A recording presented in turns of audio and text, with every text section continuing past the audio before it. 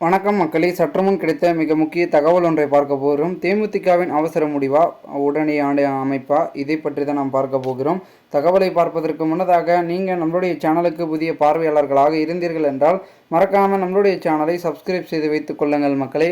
தற்பொழுது சமீபத்தில் தேமுதிக சார்பில் அவசரமாக ஒரு ஆலோசனை கூட்டம் நடந்தது. உங்கள் அனைவருக்கும் தெரியும் என்று நினைக்கிறேன். காரணம் என்னவென்றால், மிகப்பெரிய அளவில் பார்த்திங்கன்னா தமிழகம் முழுவதும் ஆர்ப்பாட்டம் நடத்தணும் அப்படின்றதுக்காகவும், கள்ளக்குறிச்சியில் நடந்த கருணாபுரத்தில் 60க்கும் மேற்பட்டவர்கள் உயிரிழந்த நிலைமையில் தற்போது அதற்கான நம்மளுடைய ஆதரவை கொடுக்கணும் அப்படின்றது தான் தேமுதிகவின் முடிவு.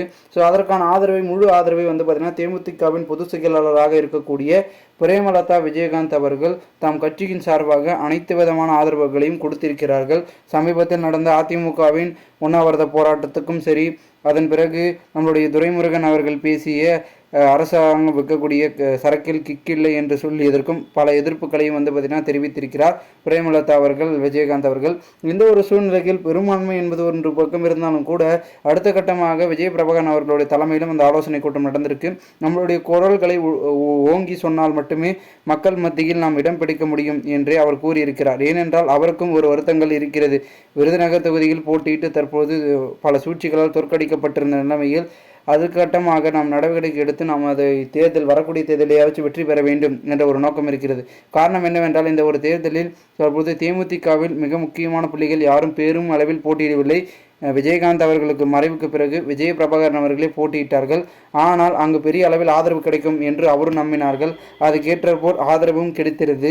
கடைசியில் நடந்த சதிவேலையால் நடந்த தோல்வியே பெரும் வகையில் பார்க்கப்படுகிறது. அதன் பிறகு என்ன செய்வது, அனைத்தையும் கடந்து சென்று ஆக வேண்டும் என்ற ஒரு சூழலுக்கு விஜய பிரபாகரன் அவர்கள் தள்ளப்பட்டு விட்டார் என்றே நாம் கூறலாம். இந்த ஒரு சமயத்தில் பெரும்பான்மை என்பது ஒரு பக்கம் இருந்து கொண்டிருந்தாலும் கூட, அனைத்து இந்திய அண்ணா திராவிட முன்னேற்ற கழகத்தின் கூட்டமாகவே தற்போது தேமுதிக கட்சி செயல்படுகிறது.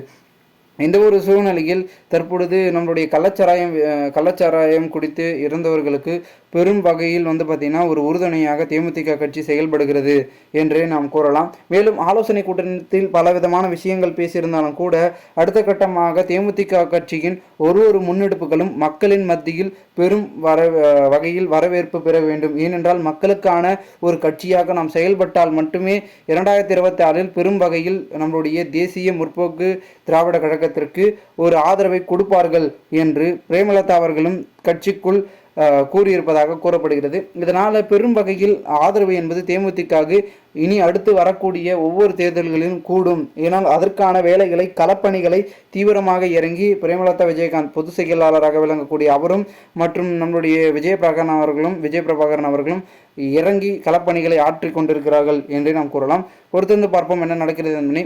மேலும் இதுபோன்று நீங்கள் அரசியல் சார்ந்த நிகழ்வுகளாம் தினசரி தெரிந்து கொள்ள நம்மளுடைய சேனலை சப்ஸ்கிரைப் செய்து வைத்துக் கொள்ளுங்கள் மக்களே.